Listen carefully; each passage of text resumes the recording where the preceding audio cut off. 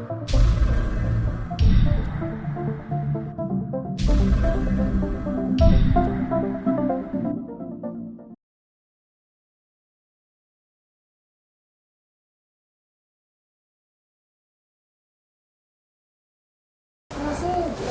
бир сом китепти которду, Конфуций деген. Ичин ачып окусам, мага жакты абдан сонун насааттар бар экен. Баарыңыздарга да сунуштап кетем, бирок сунуштардын алдында мен сизден бир нерсени токтолоюн дедим. Ушу Конфуций менен айтылган сөздөрдүн көбүн эле сен немеден кесиптиштеп коет экен да, Куран аяттарынан кесиптиштеп коет. Ошо Конфуцийди окуганда кандай бир шириктик маселе бул жерде жаралбайбы? Ушуну токтолоюн дегем, бул менин жеке оюм. Мен да ошо жерде сатып алдым кече. Анткени бизде Мелис мырза которгон нускасы бар. Андан кийин ошол китепти мен көрүп сатып алып барып барактадым, толук окуп чыккан жокмун. Албетте ар бир китеп окуганда адам иргеп алыш керек. Китептеги бардык нерсени эле ала берген болбойт. Конфуций улуу адам, бирок инсан болгондон сөзсүз түрдө кемчилик кетиш толук түрдө мүмкүн.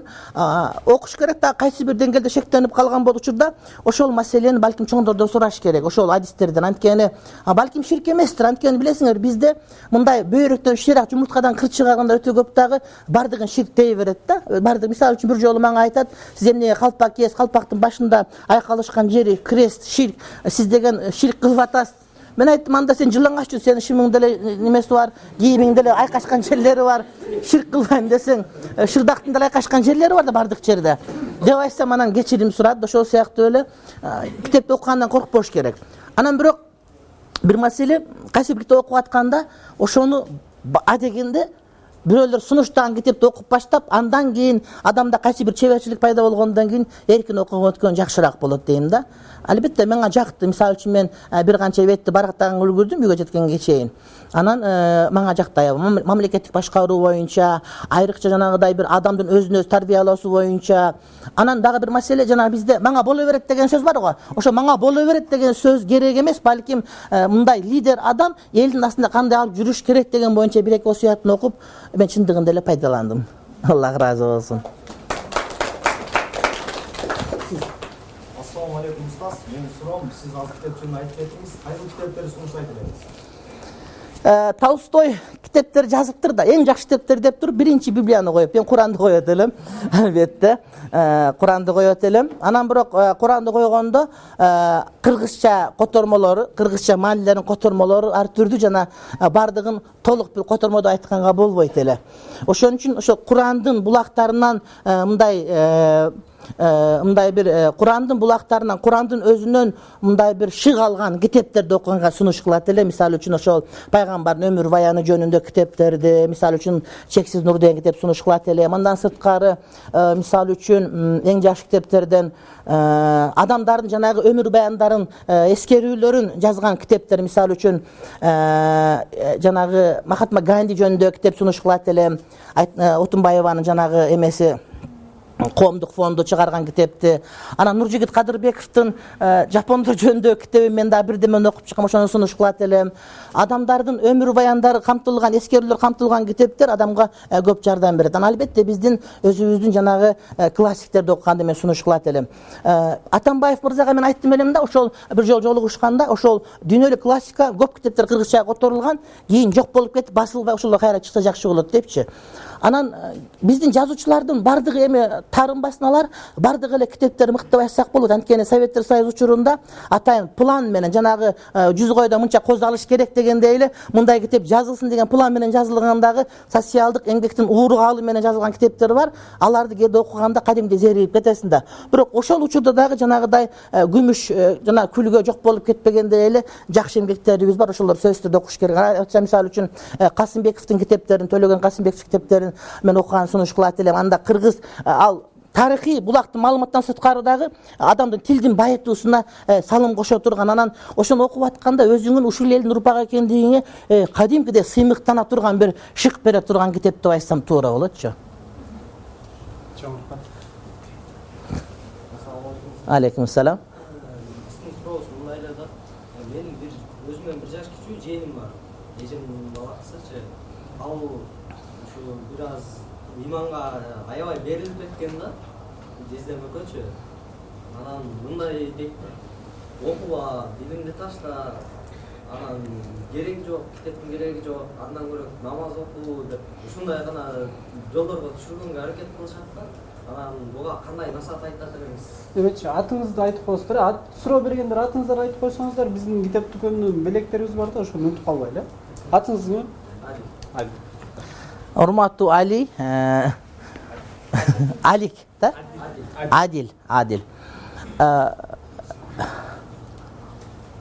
Эмне деп жооп беришке кээ бир суроого жооп таппайсың да.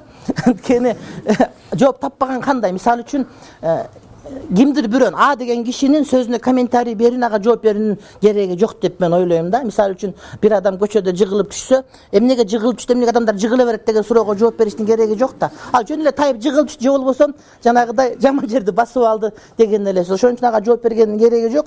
Мисалы үчүн мен мына ошол диний илим боюнча адис болуп, анан ошол жеке мен мисалы үчүн мен өзүм каалаган сөз айткым келгенде дагы ошол өзүмүн жанагы турган ордуман туруп сүйлөйм да, диний адам катарында. Ошондуктан мен ойлойм ал пикир албетте туура эмес деп. Ага мисалы үчүн катуу айткандын кереги жок. Анткени Курандагы биринчи тамга сөз бул оку деген сөз түшкөн да. Бирок оку деген сөз түшкөн учурда Куран түшө элек болчу да. Элестеткиле оку деп буйрук берсе, бир нерсени бер оку дейсиң да. Бирок Куран түшө элек, Курандын биринчи сөзү оку деп түшүп атканда, Куран эмнени окуйм деген сөз келет. Албетте айылына чөйрөнү, табиятты, өзүңдү өзүң окуп үйрөн деген сөз да. Демек китеп түшө элек туруп оку деген буйрук келип аткан диндин өкүлдөрү сөзсүз түрдө окуш керек да. Албетте алардын пикири кайчы пикир, туура эмес пикир. Алла толтуруп айта бериңиз, сурооңузду. Устаз, менде ушундай суроо да. Сиз өзүңүзгө ушул дүйнөдөгү бакыт сырларын ача алдым деп толук ишене аласызбы?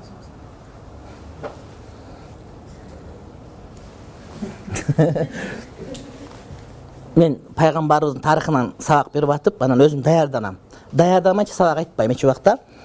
Эгер өзүм окуган китеп болсо эле кайра даярданып айтканга аракет кылам да. Анан ошол окуп атканда ошол жерде ошол кишинин мындай бир эмгеги кылган кызматы жөнүндө, анан ошол кишинин мындай бир жолун жолдоочу болуп калганым өзүмө мындай чындап эле сыймыктандым да, чындап эле. Мисалы үчүн мен жаңы ислам институтка келип окуп атканда, эмнеге бизде эле Кудай бар дейбиз, анан тиги чиркөөдө эле Кудай бар дейт, баарыбыз чогуу эле адам боло берсек болбойбу деген суроолор келе берчү да. Анан кийинчерээк жок, акыйкат деген бар, баары Кудай деген менен, Кудай дегендин бардыгы эле туура Кудай деп айтып атпаптыр деген түшүнүк келип, анан барып эмне үчүн маскаптар деген түшүнүк бар, баары бир болуп кетишпейт деген суроолор да келе берчү да. Бирок бул барган сайын жок болот экен. Анан ушунчалык деңгээлде мен ошол пайгамбарыбыздын жашоосун окуп атып, ошону көрүп атып, анан ошол кишинин мындай бир жолун жолдогон адам болгонума, анан жөн эле жолун жолдогон эмес, балким ошол кишинин өмүрүн окуп башкаларга окутуп аткан адам катарында өзүмү кадимкидей бактылуу сезген учурлар менде болду. Анан экинчи бир маселе, жөн эле өзүңү бактылуу сезип калуу менен адам бактылуу болбойсуң, башка бирөөлөргө бакыт тартуулашың керек болот да. Мисалы үчүн мен дүйнөнү кыдырып жүргөн учурда же Кыргызстан ичинде деле ошол менин сабактарымды окуп, анан сиздин эмеңиз менен үй бүлөбүз ажырашпай калды, бактылуу болуп калдык, ажырашкан жолго түшүп калдык элек, же болбосо күйөөм арак ичип анан андай болбой калдык деген бир жакшы сөздөрдү укканда кадимкидей мындай бир мен мындай бир бактылуу экенимди сезем да. Бир жолу мен Ысык Атага барып калдым. Ысык Атага барсак, бир чоң кишинин атасы өтүп, анан барганда биз эми тамак бермейинче кетирбейт да, биз тамак бербе десең бере берет. Анан кирсек, мен муну көп айткан окуяны, ошол жерде бир Ысык Аталыктардын үйүнө конокко кирдик да. Айтат дейт, биз дейт мындай досторубуз эркек аял болуп чогуу отуруп, анан отуруш кылабыз шерине жума сайын дейт. Анан сиздин сабакка ихоманаска туш келип калат дейт да. Анан биз жакшы күлдүрөт деп эле ошону коюп коебуз дейт. Чубак күлдүрөт деп эле отура беребиз, арак ичебиз, бийлейбиз, башка сиз дагы сүйлөй бересиз. Анан сүйлөгөндө кара каткырып күлүп отура беребиз дейт да. Ошентип отуруп жарым жыл дегенде биздин үстөлдөн арак жок болду дейт. Биз өзүбүз бамдабай эле жана сабак угуп отуруп дейт да. Анан бир жыл дегенде биз баары спирт сачыбыз дейт, биз сага сатканга өттүк дейт. Уже экинчи жылга айланганда аялдар бөлөк, эркектер бөлөк отуруп калганда өзү билбей калдык. Азыр баарыбыз намаз окуйбуз. Мына мен үйүм деди эле. Мен ошондо эхоманас токтотуп койдум эле. 6 жыл сүйлөдүм, мен болду, кереги жок го. Эч кимди укпайт окшойт дегем. Анан тигилер уккан угуп, сүйүнүп, анан кайра келип дагы бир 3 жыл сүйлөгөнгө аракет кылдым да. Анан ошондой учурларда чындап эле мындай бир өзүң бактыга жеткениңи сезет экенсиң. Кадимкидей бир адам болуп жаралганыңа өзүң ыраазы болосуң. Анан жанагыдай ар кандай ушак угуп, ар кандай бир токмок жегендериң бардыгы бир мүнөттө мындай бир жок болуп кететчи. Атыңызды айтып коесузбуз? Айринса. Кайринса, хайрун ниса деген сөз. Кайринса. Arkadagı andan yana. Саламатчылык. Мен эки адамды таанийм да. Айылында жанагы бир адам аябай китеп окуйт, бирок анан китеп окуганында мындай дайын жок да. Мисалы, жаңжал салат, бирок ал адамдардын алдында өзүнүн эң мындай маданияттуу алып жүрөт да. Бирок ал экинчи бетин караганда ал бет аябай мындай жек көрүнүштүү ушундай да. Мында бир адам бар, эч кандай китеп окубайт. Анан китеп окуган үйүндө китеби да. Бирок ал аябай бай жашайт. Жана мындай элдерге үлгүлүү да. Анан мен кээде таң калам. Анда кээде китептер жөнүндө бир нерселерди окуганда таң калдым да. Ушундай адамдар бар, китеп окубай туруп деле ушундай мындай адамдарга өзүн көрсөтүп, адамдарга жардам берип, бирок ошол эле убакта китеп окуп туруп деле адамга жакшылык кыла албаган адамдар бар экенин көрдүм да. Анан ошондо мен сурам, кандай китеп окуш керек же китепти адам жок мындай китепти кандай окуш керек, мынтип сиңирип окуш керекпи же китепти окуп эле коюш керекпи же китепти окугандан кийин аны кантип жашаш керек, кантип жашоого башташ керек. Жанагы мындай да, жанагы мен айтпадымбы, Куранда оку деген сөз келгенде, аят келгенде китеп түшө элек болушу деп. Биринчи аят түшүп атат да. Демек кээ бир адамдар билим алышат, бул жашоонун өзүнөн. Адамдар жашоону окуй алышат деген сөз да. Ошон үчүн Курманжан датка көп китеп окуп турсунган кылыч же башкан деген сөз жок да. Бирок ошолор ошол эле убакта өтө билимдүү адамдар болушкан да. Мисалы үчүнчү, алар озек адабиятты окушкан, сиңдиришкен, деги эле кыргыз элинде жазуу маданият, жасалма маданият кийинчерээк пайда болду да. Анткени бизде озек маданият бар болчу да. Ошону уккан уламыштардын бардыгы буларда маалыматтар болгон, жашоонун өзүн окуй билген адамдар бар да. Анан демек ал деле китеп окуптыр деген сөз болотчу.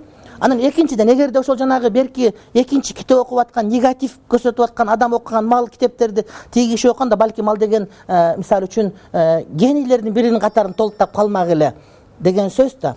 Анан эми кээ бир нерсени таптакыр жок, мындай бир жанагыдай эмне деп айтсак болот экен, көндүрө албайсың да. Анан китеп окуп аткан менен анан окуп атат, бирок деген аны түшүнбөй аткандыр. Кур'ан-ы Каримде намаз оку деген бир дагы буйрук жок, билесиңерби? Кур'ан-ы Каримде намаз оку деген буйрук жок, намазды тургуз деген буйрук бар да. Намаз оку менен намаз тургузуунун мааниси эмне десе, намаздын акысын толук берип окуган адам бул намазды тирүүлөй бутуна тургузду деген сөз да. Ошон үчүн китеп окуудан башка дагы китепти тургузуу деген түшүнүк киргизсек, буну жан дили менен окуп, китеп менен жашап, ошол китептен үлгү ала турган болсо, анда албетте сөз өзгөрмөк эле да. Демек ал китепти окубай аттыр деген сөз болот. Жөн эле китепти барактап аттыр деген маани келип чыгат да. Анан калса, мисалы үчүн айта берет да, кээ бир мусулмандар эмне үчүн мындай бир урлук кылышат, эмне үчүн күнөөкөр депчи. Мен айтам, мончого киргенин таптаза чуунбайт да, ошондой эле сөз да. Китеп окугандан бир адам пайда көрбөй атса, демек айып китепте эмес, китеп окуп аткан киши да. Мончого кирип деле кайра элдин баарын кирин жугузуп алып чыккан адам да. Бирөө чыгат аппак болуп, сулуу болуп, демек мөрө болуп кетейин деп аткан болот да. Бирөө болсо баягы эле баягы койчуман таягы өйдөн эле мончодон чыга берет да. Демек ал китептен пайдаланбай атса, демек китеп жаман деген сөз эмес. Балким туура эмес китеп тандап алгандыр. Атыңызды айтып коесузбу? Бибисара. Бибисара. Сиз көтөргөнсүз азыр. Ассаламу алейкум. Мен БКУда араб тили бөлүмүндө окуймун. Анан ошо сарф, наху, балага боюнча кандай китептерди сунуштайсыз? Анткени биз окуп аткан программа өтө жетишсиз да. Кыргызстандын шартында бизде Кудайым берген берекебиз бар. Маулян деген устаз бар. Ошол кишинин сарф боюнча эмгеги мен ойлойм эң жакшы эмгек. Ичинде нахуда кошулунган. Эгер ошону бүтүргөн адам болсо, анда бүткүл дүйнөлүк деңгээлдеги араб тили боюнча сүйлөгөндөрдүн сөзүн кошула алып, ошолор менен баарлашканга мүмкүнчүлүк табылат деп ойлойм. Аны окуп бүткөндөн кийин калган китепти окуй берсе боло берет. Мисалы үчүн ошол эле сарф, наху боюнча классикалык эмгектер бар да. Сибавайдын китептери, Акфаштын китептери бар, Ибн Хажиптин эмгектери бар. Ошолордун баарын окуй берсе боло турган болуп калат. Бирок ошону бүтүрүш керек сөзсүз түрдө. Атыңызды айтып коесуз. Айдай. Сиз Салам. Устаз, сиз өзүңүз канча китеп жазгансыз, жазып чыгарган китептериңиз. Азыркы учурда китеп жазып жатасызбы? Эгер жазсаңыз ошол китеп эмне деп аталат? Шейх Мухаммад Садык Мухаммад Юсуфтун Хилал Нашр китебини Кыргызстандан тапсак болобу? Экинчи суроодон баштайм. Шейх Мухаммад Садык Мухаммад Юсуфтун китептерин Ошто атайын китепкана бар, Сулайман Тоо мечитинде. Хилал деген, ошондон толук тапса болот. Анан негизи Ош Жалал Абад Баткендеги бардык китеп дүкөндөрүндө, ислам китеп дүкөндөрүндө анын китептери бар. Мен Жалалабадтан алдырам шейхтин китептерин жаңы чыккандарын. Анткени Кара Суудан алып келип беришет. Өзбекстан Кара Сууга жакын болгон үчүн Кара Суунун базарында чоң атайын борбор бар, китептер болгон. Ош шаарына барганда Сулайман Тоо мечитиндеги китепканадан алам. Анан экинчиден Имам Малик деген алым өткөн, Малики мазхаб негиздөөчүсү. Анан Муатта деп китеп жазган, Муатта, Аль-Муатта. Ошол убакта 50дөн ашык Муатта деген китеп жазылган экен. Анан китеп жазып атканда бирөө келип айтты дейт, сиз жазып убара болбой эле койбойсузбу? Китептер көп жазылган ушул темада десе айтыптыр, алып кел китептерди деп. Анан баардыгын барактап көрүп айтты дейт, кайсыл китеп Кудайдын ыраазылыгы үчүн жазылган болсо, ошол калат. Эгерде андай эмес болгон болсо бул калбайт деп жооп берген да. Чындыгында азыр 14-13 кылымдан карасак, ошонун гана Муаттасы калган. Ошол убакта бир дагы китептин аты дагы жыты дагы жок болот. Ошон үчүн кайсыл китеп жаздыңыз деген суроого, аны ошо мен өлгөндөн кийин эгер бирөөлөр окуп аткан болсо, ошонча китеп жазыптыр деп айтыш керек бу. Эми аны ошо өлгөндөн кийинки адамдар айткан жакшы болот. Анан бирок мындай бир кагазга түшүрүп койгон бир маалыматтар десек, китепти айтканга арзубайт. Менде 2 китеп бар. Бул Акыйкат жолу, экинчиси Бактылуулуктун формуласы. Экөө тең басмагана чыккан, бирок түгөнгөн, базарда жок. Анан үчүнчүсү мен редакторлук кылган бул Тахавиянын шархы, Акыл жазган, Акылбек Бекиев деген биздин жакшы шакирттерибиздин бири. Андан сырткары ушундай немелер. Бирок булардын бардыгы мен өзүмө китеп жаздым деп айткым келет. Анткени гезиттерге чыккан макала суроо жооптор чогултуп гана элдер окусун деп бергенбиз. Жеке мен өзүм мындай бир китеп жазгым аябай келет, илхам келип учургот, бирок азыр китеп окулбай калган деп арызданып атпайбыз бардыгыбыз. Аны ким окуйт, андан көрө угуп атканда сүйлөп калайын деп сүйлөгөнгө өрөк аракет кыламчы. Өтүп аткан товарды бериш керек деп ойлойм. Ким? Али Мухаммад. Атыңыздарды айтып коесуздарбы биринчилер? Салам. Жакында эле Музайка атасынын Кассандын таңбасын окудум. Андан кийин ошол жакта бир идея бар. Бардык диндер биригип, бир эле болуп калса деген сыяктуу. Мисалы үчүн, бир эле адам ошол эле учурда мечитке барып намаз окуйт, ошол эле учурда сыйынат, айкелдерге сыйынат, ошол сыяктуучу.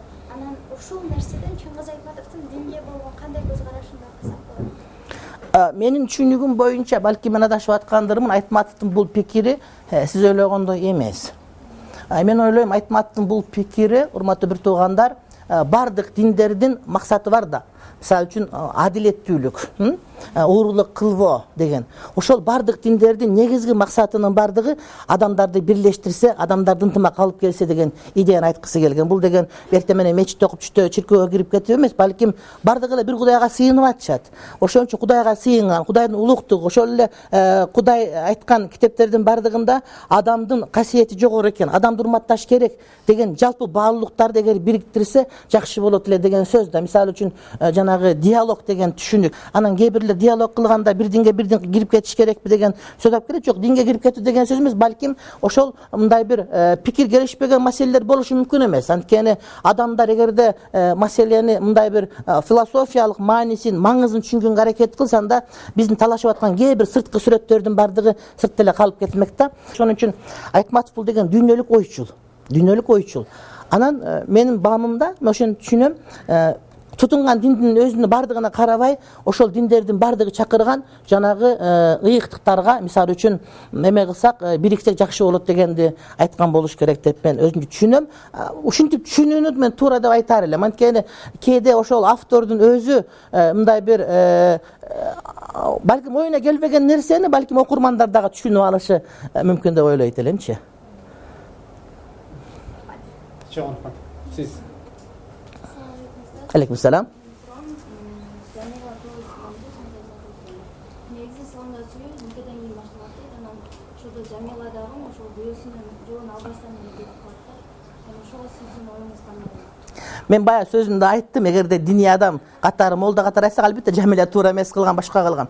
Бирок Айтматов башка айткысы келген да, бул эмеде сүйүү деген жок, Советтер Союзунда жок, бизде деле сүйүү бар деп, ошол жанагы чепти бузгусу келген, түшүнүктү бузгусу келген түшүнүк. Ошон үчүн гана деп айтып атам да. Анткени жанагы Нобель сыйлыгын алгандар көбүнчө ошол жашап аткан системаны мында бузганга аракет кылышканда, Айтматов ошол тараптан бузганга аракет кылган. Анан кийинчерээк ал кишиге ошол сыйлык насип кылбай калыптыр. Эми дагы бир сыйлык ала турган адам чыгабы жок, биз билбейбиз. Бирок мен ошону өңүттөн айткым келди. Бирок шарият боюнча айтканда албетте ал туура эмес түшүнүк. Siz. Siz sorunuz. саламатчылык. Менин атым Асира. Сизди биз Кыргызстандагы эң көп китеп окуган адам катары билебиз. Рахмат. Ошондой эле бизге кызыктуу болгону ар бир нерсени, мисалы сууну деле ар бир нерсени ичилмесек болот. Аны жана салмагын кыларынга тастап болот. Ал эми сиздин акылыңызда 100% берип, ошодон канча пайыз сан менен айтканда, канча пайызына жеттим деп ойлойсуз? Ушу китеп окуу жолу менен.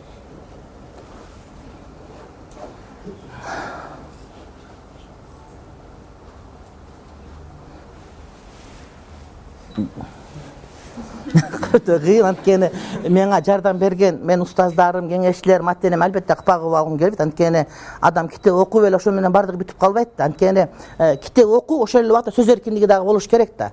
Китеп окудук, бирок биздин заман жашообуз эркиндикке туш келип калды дагы. 92-жылы мен мектеп бүтүргөм. Анан ошону көбүрөөк пайдаланып калдык деп ойлойм. Анткени акыл эстин өзү, анан кийин эле китеп окуган өзү эле толук пайда бере бербейт. Ошондуктан жанагы адамда талант деген болуш керек, идирек деген болуш керек дагы. Ага жанагыда эмгек салымын кошуш керек. Ошон үчүн китеп окуган мага балким мен болгонум үчүн балким 50% салымын кошкон деп ойлойм.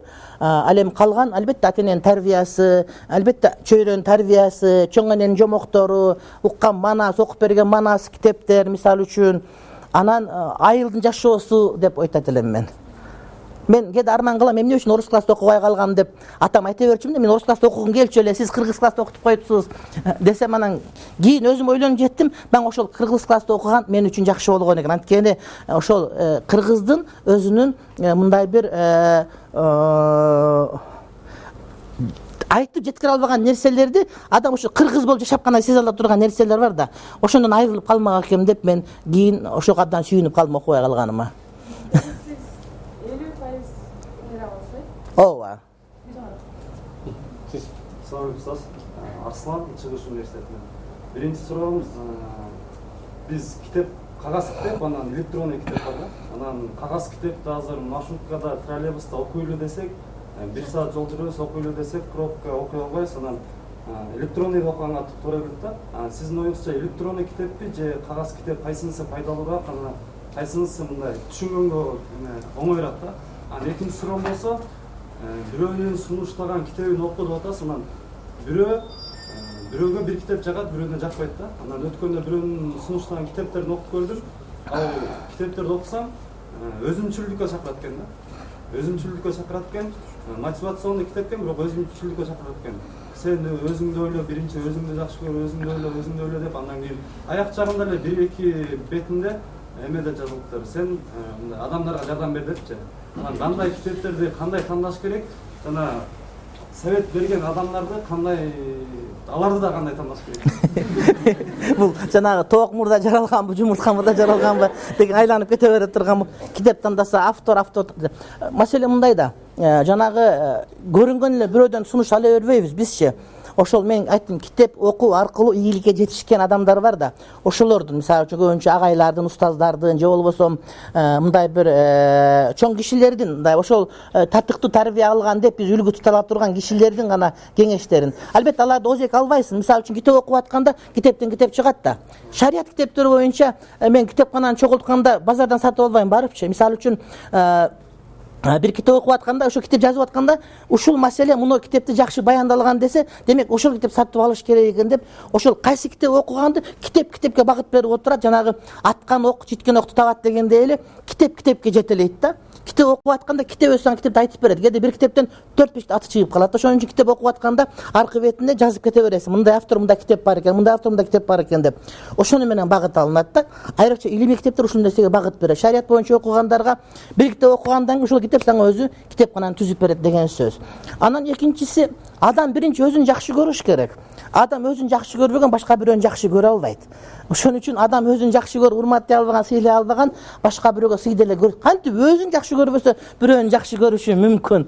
Өзүнө жакшы кыла албаган кантип бирөөгө жакшылык кылышы мүмкүн. Мисалы үчүн биз барып, сен намаз оку, сен андай мындай деп айтабыз го. Ал биринчи ошол жакшы болуп кетиш үчүн эмес, балким өзүбүз моюндагы карыздан кутулушубуз үчүн ошону айткыбыз келет да. Анан да биринчи суроону айттыңыз. Экөө тең эле китеп, айырмасы жок. Бирок мен кагаз китеп жакшы көрөм, анткени электрондук китеп деген зарядты көнүп калат, свет токтоп калышы мүмкүн. Анан көзгө зыянын тийгизет. Анан андай китептин жеди жок. Китептин жыты бул өзүнчө керемет жыт да. Аны жыттаганда кадимкидей бир мисалы үчүн мындай бир бөлөк ырахат келетчи. Ошон үчүн анан экинчиден муну бүктөп коесуң, сен жаза коесуң бир нерсенин бардыгын. Бирок экөө тең эле китеп. Мен китеп дегенде сөзсүз түрдө кагаз жазылган китепти айткым келген жок. Электрондук китеп, мисалы үчүн менин электрондук китепканамда миллиондон ашык китеп бар. Ошондо пайдаланганга аракет кылам. Бирок колуман келишинче кагаз китепти көргөнгө мындай бир көбүрөөк басым койгум келет. Анткени боеп коесуң, жазып коесуң бир нерселерди, дайыма карандаш менен цветной болуп кетет, анан досторум айта берет, ушунун автору тирүү болгондо сени сөксө керек эле, эмне китебин боеп койду депчи. Анан кийин 10 жылдан кийин карасаң, абдан ырахат аласың ошол нерседенчи. Компьютерге деле жазып койсоң го, электрон китепканага деле, бирок биз кагазга көнүп калган болгон үчүн кагазды көбүрөөк жакшы көрөт элем мен. Рахмат. Атыңызды айтып коюңуз. Элида. Саламатчылык.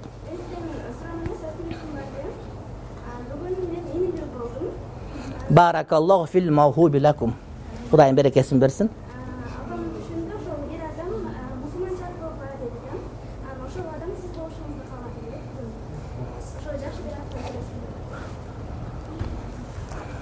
Атасы аты ким? Мажид.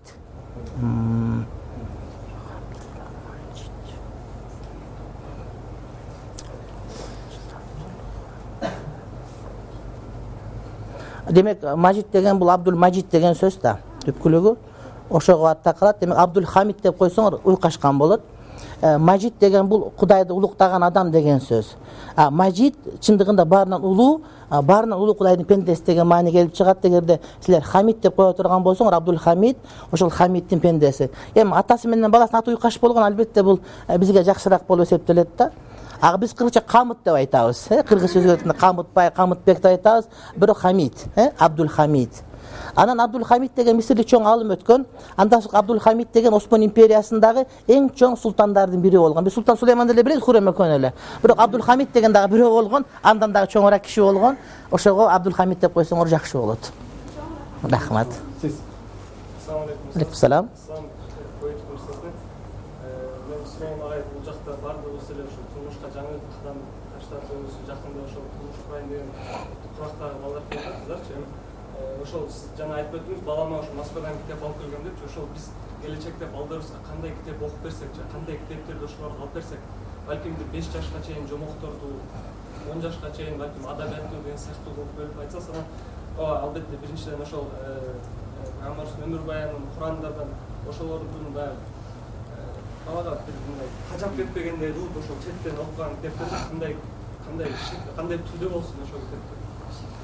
Билесизби, эми заман өзгөргөн сайын адамдар окуй турган китептер өзгөрүп турат экен да. Мисалы үчүн жанагы азыр жанагы Гарри Поттер, ким дейт? Гарри Поттер да, ушундай. Ошону окушат да, алып келсең канча 8 том, ошону баардыгы окуп коюшат. Айтмат чыгарамдан берсең окугусу келбейт да, анткени булардын жашоосунда бул жаттай көрүнүп калды. Ошон үчүн ар замандын өзүнүн батырлары чыга берер экен деп ойлоп калдым да. Балким сиз балалуу болгондо ошол убакта дагы бир жаңы адабияттар болуп, ошону окуганга балким туура келип калыш ыктымалы бар. Адабият окуганга Албетте адабият окуганга, ошону талкуулаганга, мисалы үчүн анан жанагы бир япон окумуштусу бар, атын унутуп калдым. Ошонун жанагы 3 жашка чейин үйрөтпөсөң баары кеч болуп калат деген китеби бар, япондордук. Андан сырткары эң бактылуу ата, кандай бактылуу ата болуш керек деген китептер бар. Ошолорду окуса бул жакшы болот. Иншалла. Чоң рахмат. Кечиресиздер, азыр интернеттен суроо келип атат да, бияктан прямой эфирден окуп тургансызбы? Ассаламу алейкум, устаз. Азыркы учурда китеп окуу проблема дейт. Ошол китеп окууда сиз кандай методдорду сунуштайт элеңиз деген суроо экен да. Кандай шыктандыра турган методдор болот? Ошого кошуп койсом, жактоонун мындай жолдору барбы? Кантип эртең китеп окууга кандай мотивация бериш керек деген сөз, мен ойлойм, баягыдан бери сабактын баары ошого арналды деп ойлойм. Эгер баштан аяк кайра бир нерсе окусаңыз, менимче жакшы болот деп. Анан жаттоо деген бул жанагыдай шырылдаң деп шыпшырылна шыр экен деп жаттап алгандай эмес, балким ошол маалыматтарды жана өзүбүздүн көкөрөктөгү файлга сактап калуу деген сөз да. Бул ошол окуп аткан маалыматты терең түшүнүп окуу менен болот. Мисалы үчүн менин өзүмүн жаттоо жанагыдай сезимдерим көп өрчүгөн эмес, көп жаттай албайм көп нерсеничи. Бирок маалыматтарды көп сактап калганга мындай Кудай мүмкүнчүлүк берген да. Ошон үчүн жанагы окуп аткан маалымат 2 жолу кайталап, анан ошону терең түшүнгөнгө аракет кылсаңыз, ошол нерсе сиздин көкүрөктө калып калат да. ошол маани маңызы калыш керек. Анан жанагы айтылып аткан сүйлөмдөрдүн өздөрү мындай бир шуруга тизилгенде сакталып калыш шарт эмес, балким ошол маңыз көкөрөдө калып калганга аракет кылыш. Бунун үчүн терең окуганга аракет кылыш керек. Имам Бухариден сурашканда, сиз канча жаттап аласыз десе, мен дейт көп кайталап окуганды гана сунуш кылат элем деп айткан. Бул деген тереңде окуш керек деген сөз. Сиз атыңызды айткыңыз? Жумагүл. Алейкум салам.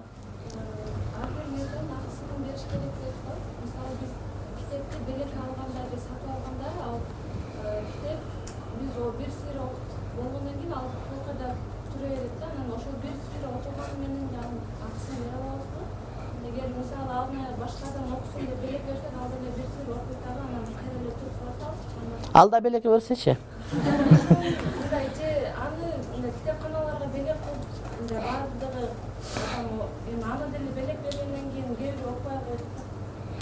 Мен жеке өзüm китептерими белекке бергим келбейт, өзüm сактап койгум келет да. Бирок китепканаман пайдалангысы келгендерге мүмкүнчүлүк берем. Анан китептен пайдалануу деген сөз ошол окуган китептеги маалыматты башка бирөөгө жеткирүү, ошондогу баалуулук жеткирүү да ошол китептен пайдалануу болот да. Анан албетте китеп бергенде мен бирок белек кылып кете берем, 5-6 нуска болуп калган болсо, айтам аманат, сен өзүң окуп бүткөндөн кийин башка бирөөгө сөзсүз түрдө бер деп айтам да. Анан сен да ушинтип айт ошого деп айтам. Ошентип олтуруп, балким жанагы биздин айылдагы апалардын тойго алып барган көнөктөрү бар, айланып берип калгандай эле китептерди бир күн өзүңө келип калышы мүмкүн да. Жанагы Калпак деген фильмди көрдүңөрбү? Ошондой. Калпак тойго барып анан кайра өзүнө келип калат го. Атыңызды айткыңыз? Мен атым Жанбай. Жанбай. Ассаламу алейкум. Алейкум салам. Убатам. Айт. Биз жарым жыл болуп калды, бир досум экөөбүз жаратканды сүйүү жана жараткандан коркуу жөнүндө тема боюнча талкуулашып кеттик да. Андан кийин ал досум айтат, ошол кантип мисалы эле дейт, бир адамдан коркуп турсаң кантип аны сүйө аласың дейт да. Ошондо биз жараткандан коркушубуз керекпи, же болбосо жаратканды сүйүшүбүз керекпи деген суроо пайда болду да. Андан кийин мен бул суроону алсам, мындай күчүм жетпейт да бул суроого жооп бергенгечи. Андан кийин ушундай ниетим бар болчу, ошо сиз менен бир семинарда болуп калганда ошо суроону сиз берем депчи. Азыр ошол максатыма жеттим, ошо жооп беребиз. Биз Кудай Таала жөнүндө сүйлөгөндөн мурда атабыз жөнүндө сүйлөйлүчү. Аталарыбыз бар да баарыбыз. Анан билесиңерби, айылда бир иш кылып койсоң, атаң айтам десе коркчубуз да. Атаң айтам деген сөз коркутат болчу да. Атабыздан коркобуз. Анан атабызды баарыбыз жакшы көрөбүз, айрыкча алыста жүргөндө атабызды үмүт кылабыз. Түшүнүктүүбү? Үчөө чогулганда аталык касиетти көркү чыгат деген сөз да. Адам Кудай менен болгон мамиледе Кудайдан коркуу, Кудайдан үмүт кылуу, анан Кудайга болгон сүйүү үчөө тегиз болгондо гана адамдын Кудайдын астындагы өзүнүн момунчулук сыпаты ордуна келет. Жалаң гана коркуу менен, жалаң гана үмүт кылуу менен, жалаң гана Кудайды жакшы көрүү менен бардык ордуна келбейт да. Анда бир тарап эңшерилип калат дагы, адам чыныгы мусулман болбой калат. Анан ал айтып аткан кантип эле коркуп туруп эле сүйүп калышы мүмкүн дейт. Атабыздан коркобуз, же апаңан деле коркосуң, кадимкидей бир нерсени сындырып койгон болсоң, же болбосо уйду саап кой деп торпок эмизип койгон болсоң, коркосуң, апаңа чыбыктары болушу мүмкүн, урушуп коюшу мүмкүн. Апабыздардыкы. Бирок апабыз жакшы көрөбүз, эч ким апасын жаман көргөндү айтпайт да. Көрдүңбү? Демек коркуу менен сүйүү орун алат экен. Алла разы болсун. Азыр сиз. Саламатчылык. Бертерүүгүңүзгө ыраазычылык билдиребиз. Сизди жаныңыздан көрүп айтышып атканыңызга абдан кубанычтабыз. Менин суроом, сиз канча жашыңыздан баштап алгач китепке олуттуу мамиле кыла баштагансыз?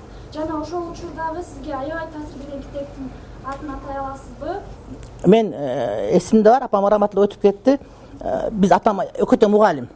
Атам математик, апам англис тилчи мугалим. Анан биз үйүбүз жок болгондон жаңы үй салып көчүп келгенде, биринчи иш бизге мебель киргизгенден мурда, мебель деле саналуу эле болчу. Жанагы үйдүн фундаментин курганда апаловка деп койгон жыгачтар болот, билесиңерби, цемент. Ошону төргө кагып 2 полка кылышкан да. Биринчи эсимде турат. Анан үстүнө математика китептер, экинчисине англис китептер коюлганчы. Биздин үйдө китеп мындай эң кымбат буюм катары эсептелчү. Бизде китеп окуганда мындай чоң кылып бүктөп коюлбайт үйүбүздө. Бурчун гана бүктөшөт, уштап тамгалар калбасын депчи. Анан китеп кыйшайып туруп калбайт, анткени китеп бузулуп калат, дайыма китептер түз турат.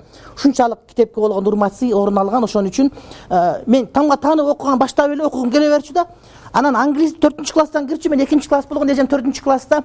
Эмнеге англисти окуйт дагы, апамдын китептерин окуй бербейт деп таңгала берчүмүн, деп билбептирмин ал деген башка тил экендигинчи. Анткени мен биринчи тамга тааныгандан кийин окуй берчүмүн. Анан кээде китеп таппай калып гезиттердин баарын окуп, анан бир күн сурадым да ата тетиги гезиттин үстүндөгү бардык өлкөлөрдүн пролетарлары бириккиле деген сөздү түшүнбөй атам. Ошону айтып берсеңиз десем, атам узундан узун кылып түшүндүрүп айтып бергенде, айтор ошол эмени тамга тааныгандан баштап ошол китеп күйдө көп болгон үчүн балким телевизор мисалы үчүн эчтеке көрсөтпөгөндүгү үчүн дагы болушу мүмкүн да. Анан айылдагы китепкана, райондогу китепкананын баардыгын толук бүтүрүп, анан шаарга келгенден да биз эки китепканада кыргызча китептин баардыгын окуп бүтүргөм өз убагында. Эсимде калган китеп мисалы үчүн кайсыны айтып беришим мүмкүн? Жени Герхард дайым айта берем. Мисалы үчүн андан сырткары Айтматовдун китептерин кийинчерээк окуганга туура келди. Бирок мага кызык маселе Айтматовдун жанагы бетме бет бар го. Окугандан Распутиндин эмгегин окуп калып, анан мен эжекебизден сурагам да экөөнүн кимисинден идеясын уурдап алган деп сурасам, эжеке урушкандык эсимде бар. Биздин Ысык көлдөн эжеке Шалбадан барган эжекебиз бар, Сербеге Күмүш деген азыр деле бар. Айтсам, анан эжеке мени урушкан айтпайт, экөөтөн чоң кишилер деп, анткени экөөнүн идеясы бирөө эле экен да. Анан кийин кече Якутскиге барганда ошол жердеги биздин Манастын эстелигин көрүп алып, кимисинен кимиси уурдап, анан ошол эстеликти коюп алды экен деген дагы менде суроо туулган. Окшош эстелик, биздин Манас атабыздын эстелигиндей эле, анан ойлодум, кимисинен кимиси алды болуш керек деп. Плагиат деген сөз түрдө бар да, ошого маани бериш керек сөз түрдө. Акыркы 3 суроо. Ошентип шам болуп калды. Устаз, ошол сиздин машинаңызды сатып алганда артынан атан белек кылып Куран китеп сатып алган экенсиз да? Анан ошол үй бүлөдөгү балдарыңыздан сырткары акыркы жолу кимге китеп белек кылдыңыз эле? Эгер машинаңызда азыр бир китеп ачкычы болсо мага белек кылыңыз. Негизи мен машина саткан учурда мен дайыма машинемди сатып, анан кайра үстүнө кичине акча кошуп, кайра машина алганга аракет кылам, анткени бузулуп калса оңдогонду көп билбейм.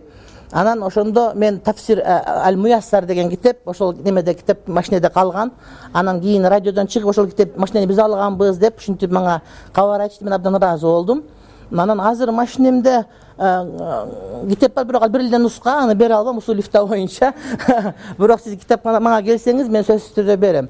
Анан эмне белек дегенди, мага жумушка келген, биздин академияга келгендерди куру кол чыгарганга дайым аракет кылам. Жок дегенде конфет берип чыгарам. Анан силер дагы келсеңер, иншалла кур кетирип берем деп ойлойм. Чоң рахмат. Эң кичүүсү сен экенсиң. Сизди ким деңгээлиңизге жана кантип? Динге киргизген дегенде андан анчын чыгыш керек же сыртта болуш керек да, бирок биз төрөлгөндө эле мусулман үй бүлө төрөлгөнчө биз мусулманбыз, өзүбүздү билебиз. Анан бирок диний окуу жайга кантип келип калган десе, биздин айылыбыздын молдосу себепчи болгон, ал киши Кыргызстан боюнча Ысык көлдө өткөн санчырачылардын биринчи конкурсунда биринчи орунду алган киши болот. Ошол киши себеп болуп кирип калган. Акыркы сизге Бияктан айтыңыз. Рахмат. Салам. Мен атым Нургүл. Өзүм 34 жаштамын. Мен сизге берер суроом балам жөнүндө да. Ушул көйгөйлүү маселе. Балам аты Иса. Иса? Элхамдулилла, шүгүр кылам. Балам аты Иса. 6-класс. Мындай көйгөйдө мен аябай мындай жүрөгүмдө өйгөн көйгөй да. Мен балама китепти басым кылам да. Мисалы үчүн оку депчи, кичте бирок школдон кичинекейинен школдо мындай тарбиясы жакшы. Мен сөзүм угар, мен балама мындай эч мындай капал эмесмин, акылдуу, урматтап сыйлай алат. Анан бир мындай өзүм менен сүйлөшкөн кезде мен китеп көбүрөөк окуп бергенге аракет кылам. Анан өзүнүн бир эмесин айтат да, мындай ичиндеги дүйнөсүнчү. Апа, мен деген китепти дейт, сиз окуп берсеңиз, мен жүрөгүмө ошондой кабыл алам дейт. Мисалы үчүн эң биринчи окуп берген китебиммен мен баягы мойнума алам, динди кичине эми түшүнүп келатам. Пайгамбар саллаллаху алейхи вассаламдын өмүр баянын окуп берген элем, бирок мен баламды сынаганым, мен кандай окуп берсем, ал ошондой мага кайра ответ кайтарган да. Ушу канча бир жума убакыт өткөндөн кийин бир эле окуп бергенде балам как будто окугандай мага жооп кайтарганда мен ыраазы болгом да. Анан мен сизден сураарым ушу балама кандай тарбия берсем, или китепти оку десем, окуганды көп мындай каалабайт. ачып окуганды сүйбөйт мындайча айткандачы. Айтып бергенимди угат да, аябай угат. Действительно мен нерсени угат. Бирок школдон окуусунан начар болгону менен балам Кудайга шүгүр мындай адамкерчиликтүү, урматсызды билет, ойлонот, мени сыйлайт, угат да. Анан кандай багытта басмырлайынбы же мен өмүр бою ага окуп берейинби, ошол маселени анан балама дагы бир бата берип койсоң, ошол балам сиздей бир инсан болсо деп ниет кылам да. Азыр чогуу жалпы ата кылабыз, акыркы суроо сиздики. Калгандарга мен капа болбойсуздар, анткени мен адресин берем, ошол жака келсеңиздер болот. Ар жекшемби күндөрү саат 10:30 аялдарга лекциябыз бар. Ал эми 3-чү жана базар күндөрү шамдан куптанга эркектер лекциябыз бар. Ошон үчүн биз Алматинка Горкийдебиз. Насат медиага катталсаңар ошол жерден биздин сабактардын баары чыгат. Ал эмес бул дагы чыгат. Баланы мажбурлабаш керек, болгонан тилин тапканга аракет кылыш керек. Мисалы үчүн мен балама биринчи киносун алып берип, кийин китебин алып берсем окуганда эле сиз дагы аракеттерди көрүш керек. Анан экинчиден, эгерде балдарды мажбурлап китеп окутурсак, анда китептен качып калышы мүмкүн болот. Ошон үчүн анын кереги жок. Анын ошол хоббисин билип, ошого жараша бир мындай бир кызыктырган жолун билиш керек. Анткени ата балага сынчы эне деле сынчы болот. Эмнеге кызыгуусу мунуку бар. Ошону алып келип бериш керек. Анан ошондон кийин окуп баштайт деген сөз да. Анан не только сиздин балаңыздын проблемасы, бул бүтүндөй ааламдын проблемасы болуп атат. Анан ошого сиз эле өзүңүзчө капаланбаңыз. Буга бүт баарыбыз капаланып аткан учурубуз. Ошону жойгонго аракет кылып ушул жакка келип олтурабыз. Рахмат баарыңарга. Аллах ыраазы болсун. Анан дуа кылып сөздү бүтүрсөк, андан кийин иншалла дагы уланта беребиз. Амин. Бисмиллахир-рахманир-рахим. Биринчи кезекте бир тууганыбыздын уулуна жана бардык уулдарга, кыздарга Кудай таалам ыйман берсин, жакшылык берсин.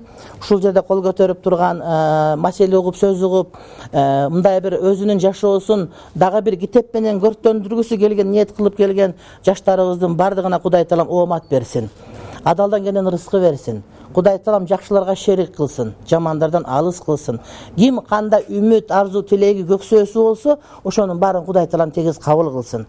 Кудай таалам шерменде кылбасын, жакшыларга шерик кылсын, жамандардан алыс кылсын. Обас, омат, тайбас таалай берсин. Кудай таалам дүйнө акыретте бактылуу болгону Кудай насип кылсын. Ата энебиз жүзгө чыксын, өтүп баратканда бизден ыраазы болуп өткөндү Кудай таалам насип кылсын. Жана биз дагы перзенттерибизден ыраазы болуп өтө турган турмушту тагдырды Кудай таалам бизге насип кылсын. Кудайым кур койбосун. Раббана атина фид дунья хасана ва фил ахирати хасана ва кина азабанар. Кудай таалам мына ушул шанс китеп дүкөнү чоңойгондон чоңое берсин. Көбөйгөндөн көбөйө берсин. Жанагы эсиңгеси эчки бак, эчки туут 2 жылда 8 деп, булар эчки тууганда көбөйсүн. Кудай таалам ушул китеп окуу маданият жеткиргенге булардын салым кошкону Кудай таалам насип кылсын. Амин. Бирахматика архамар рахимин.